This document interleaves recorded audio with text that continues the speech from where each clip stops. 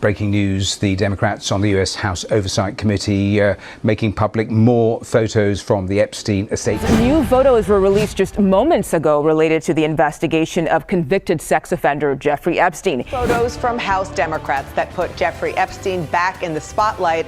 All hell is breaking loose today with regards to Donald Trump's former best friend, Jeffrey Epstein, the man who he once said he shares a wonderful secret with.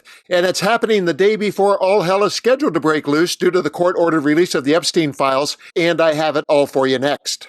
I'm Dan and welcome to another Occupy Democrats video. If you're new to the channel, please hit that subscribe button so you don't miss any of our reports on the Epstein ghost that continues to haunt Donald J. Trump. The breaking and trending news is about a sensational photo dump by the Democrats that shows an A-list of men in Epstein's orbit and other assorted lurid images. Let's begin this report with CBS explaining what's different about today's release versus tomorrow's, and then I'll share the images these men don't want you to see. This is separate from the Department of Justice's files. This is something maintained by the estate of Jeffrey Epstein after he died. The photos we see so far show Epstein traveling with, in close proximity to, taking photos with powerful people renowned in the world of business, people who have potentially the ears of the powerful. There's no wrongdoing whatsoever communicated in these photos. I think the value here is it does whet the appetite for people who want to know what's in the actual investigative files of Jeffrey Epstein, the things that were relevant for the criminal investigators and the criminal misconduct. That's what we expect to get in some way, shape, or form, in some quantity tomorrow from the U.S. Department of Justice under a law signed by the president. What we're seeing here from the House Oversight Committee are just more images showing Jeffrey Epstein had a very powerful set of people around him years ago. Many of whom, all of whom, that we see in these photos have denied knowing about any of the wrongdoing by Jeffrey Epstein. But that's something I think that is only going to drive interest in what comes out tomorrow. Yeah, definitely. Scott, as we mentioned, the DOJ has a deadline to make the Epstein records available. But after Epstein co-conspirator Ghislaine Maxwell filed a new motion to vacate her conviction, does this then give the department a shield to hold some items back? I can tell you the survivors with whom we're speaking and their attorneys say they are concerned that the Department of Justice will find some grounds, some thread to pull to withhold some of the records based on either current investigations or impacting prior investigations. Yes, Ghislaine Maxwell has filed yet another motion to try to get her conviction vacated. There's no indication that that has much of a chance of succeeding, but sure, there's a concern from survivors that that could give the Department of Justice the leverage to withhold. So too could be the investigation the president ordered when signing that law to release the files, saying he also wants an investigation into Democrats' connections to Epstein. That investigation could give the feds grounds to withhold records.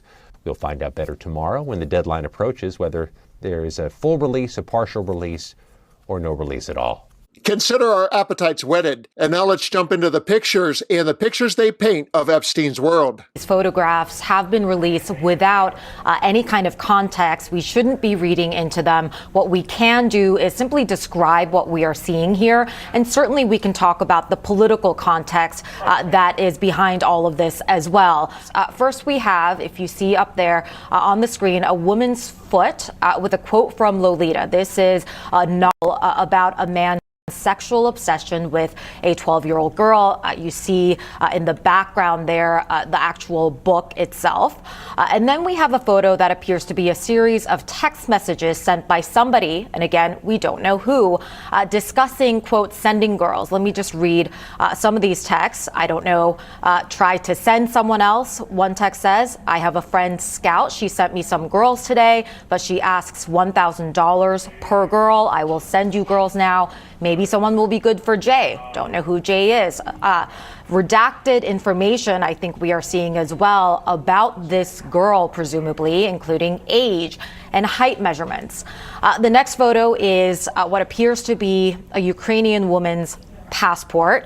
No context there, of course, about who this person might be. Only just moments ago released yet another batch of images showing Epstein with multiple women. One also shows Bill Gates posing for a picture with a woman whose face was redacted. by those Democrats on the panel. There's also a photo of Epstein with Steve Bannon. There was about 60 plus images that were released that show, Epstein with multiple other people like Bill Gates, with, Woody Allen. Now, these images do not indicate any wrongdoing, but, the Democrats have said that it's their belief that they're continuing to release these images in a show of transparency because they want the American people to kind of see some of the information they've gotten. And we know that, there were some 95,000 images that the Oversight Committee received from the Epstein estate. And I'll give the final word to a CNN panel that shines a light on the mismanagement blunder this was by Trump and Republicans. The cover-up they attempted makes all the involvement and guilt narratives much more plausible. The administration had an opportunity here, one, by the way, that the president's own base was demanding, to see everything and put their frame around it. And they did not take that opportunity. Yeah, but as David points out, this is something that his own Justice Department could have done months ago. He didn't have to be forced by this bipartisan majority in the House and the Senate to release these files.